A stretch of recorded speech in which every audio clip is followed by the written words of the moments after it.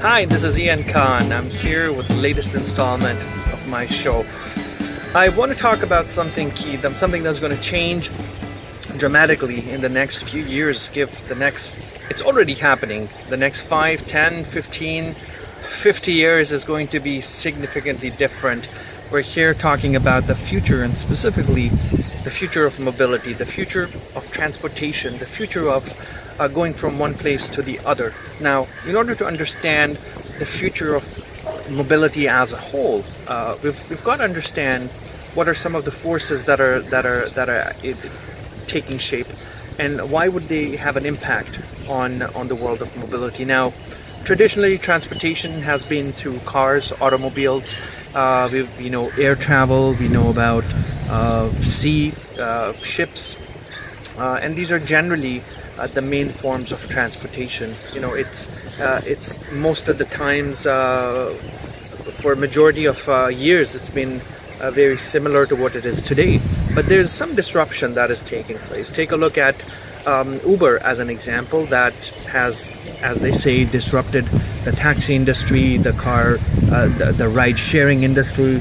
There's many newer forms of transportation now that are come into play that are more of a business model disruptor than a technology disruptor. But there's two parts to it. One is the actual business model disruption, which is new car sharing companies are coming on board, or companies that have autonomous vehicles and they're commercial, so they're coming on board.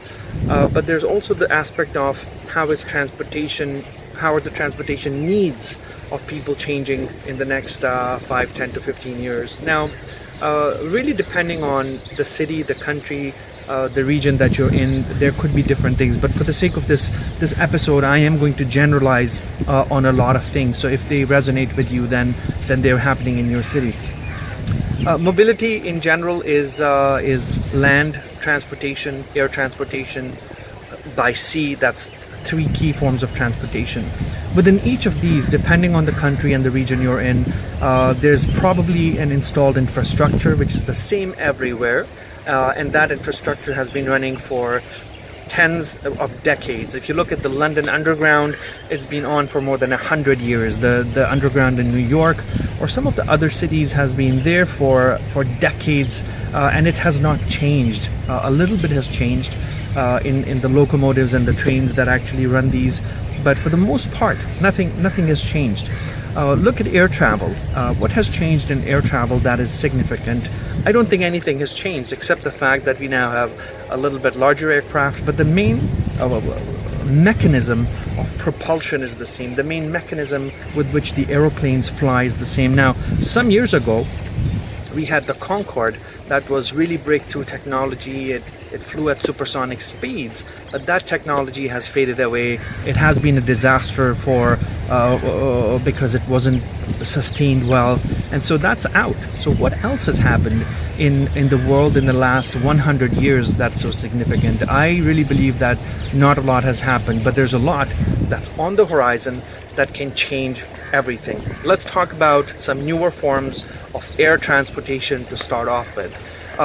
If you've looked at the news, you've stayed up to date, you must have seen that electric powered rotor based transportation is catching the waves. Companies like Volocopter, GE and Airbus and a bunch of these companies have come out with newer models of technologies that we typically call a drone, but they're not a drone, are somehow breaking the waves, where an autonomous vehicle such as a drone powered or a sort of a helicopter powered device, but which is electrical, can act as a means of transportation, perhaps not for a transatlantic flight, but again, based on the business model disruption, maybe for shorter travel in cities that are really congested. Now, even travel between cities has been broken down from really short distance travel, medium distance travel, long distance travel, and something called the last mile. It is the distance from your home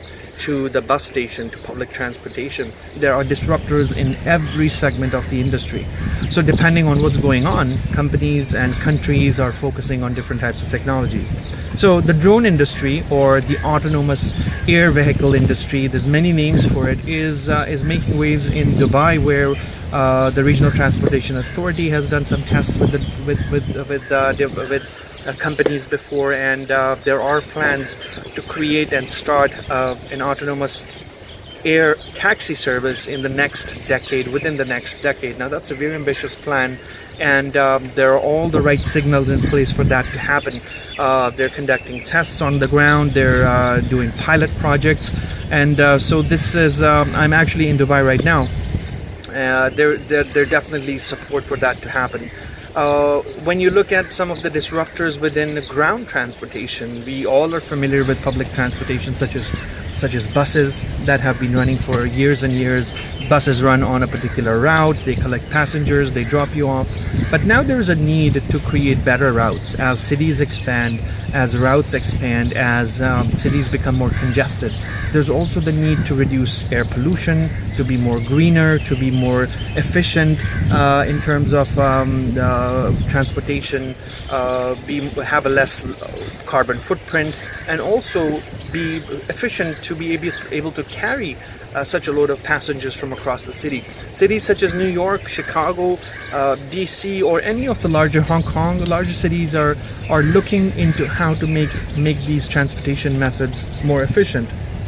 A few years ago, we had the gas buses, the CNG or CPG buses that came into play, and they were no longer, they were a good replacement for typical gas run buses, because now they saved on gas. But now electric powered buses are taking place, and the next step is going to be autonomous buses that don't have drivers, buses that will run on their own routes, and there will be no drivers. So that's the bigger disruptor that's coming into place in the next few years. Something that's coming up for the last mile, which is really the mile between you and the bus stop, where you typically have to walk the distance, is a personalized taxi service or a personalized bus service that you can call through an app, and it'll pick you and it'll drop you. And that's a disruptor that's coming into the marketplace. There's experiments happening everywhere from China to the Middle East, especially. There's huge traction on it as regional and municipal transport authorities find ways to address the needs of growing cities and growing transport needs. So that was ground. That was air travel to a short extent. Now, companies such as Uber, that has a significant footprint, are experimenting on taxis, air taxis. And although the plans are still in initial stages, but they are looking into creating taxis that would fly from roof to roof, or other means, but it would really fill a gap where cities need to transport more people, or for a specific category of people or travelers, it needs to offer a mode of transportation that is not available now. So that's happening, definitely happening, and plans are in place. I've seen multiple presentations by Uber throughout the conferences last year. What about water? What about marine transport? Now, as cities expand and as developments go from land-based developments to going more into water, there are cities around the world where water is a big medium of transportation. There's also a chance that cities will start growing under the water. And there will be developments and living places and apartments under the water. And so whose domain does water fall into, and how will transport authorities and private companies go and dive into that era? Among some of the crazier transportation ideas are something called space lifts. And space lifts are this lift that literally goes from the Earth to high up in space, and it's a lift that is tethered from space to the ground through a cable. And I'm just oversimplifying it, but it's more complex than that. But the idea is to break away from fossil fuels and go to another mode of transportation for space travel in the next 15 to 20 to 30 years as we start inhibiting planets like Mars and the Moon, there probably will be no need to come back to Earth in your space shuttle. You can probably just hover down into orbit, go to one of these space stations that are right above the Earth's atmosphere, and you can reach those through these space elevators. They're pretty complex to put together. There's no model for it. There's many challenges with it, from materials for the ropes to finding actual materials that will have that amount of length. Some ideas are really conceptual. Between electric power, between typical fossil fuels, gas burnt automobiles, the transition also will have to be dependent on what industry does in general when it comes to using a combustible fuel source, because that has a direct impact on how buses run or how transportation runs. What kind of fuel do they consume? And let's say the fuel industry or the energy industry tomorrow stops producing oil, we literally will not be able to move. The planet will come at a standstill, because a majority of everything we do runs on oil derived from the ground. So we're heavily fuel dependent, heavily oil dependent. But a small fraction of what we do is slowly moving towards electric. It's moving towards more renewable sources of energy. But how much of that will actually become mainstream is the question. And this is what some of the countries are trying to address, is interdependence from oil. So it's not going to be an easy transition. The next maybe 20 years or plus will potentially see some kind of change when it comes to a technology becoming mainstream. When it's electric vehicles, the majority of vehicles will be electric on the roads, or they will be rechargeable, solar cell powered, again electric, or there will be a hydrogen hydrogen fuel cell based transportation. I think we're still far away from that, at least 20 years away from that. But strides in technology will determine what will we really do. The future of mobility in general, whether it's autonomous cars, electric cars, whether it's these taxis you can call through your cell phone and they're automated, or it's rapid transit, it's one of these things that will change a city. Is directly dependent on the economies of the countries. It's directly dependent on how urban growth happens within those countries and how people migrate from rural places to urban places, and the centers of the cities. Cities typically built vertically. They are building from ground up, and that's why we have buildings. That's why we have tall buildings. And we're not building in the ground yet, so we don't have a building that's where people live and it's 100 stories into the ground. Primarily everything is grounds up. So the question is that if cities continue to be built this way, what is the future of vertical transportation, and how will transport authorities and governments look at vertical transportation? Because as cities grow taller, as they become more dense, there definitely will be a need to create a vertical transport strategy as well, rather than just a ground-based horizontal strategy or an air strategy.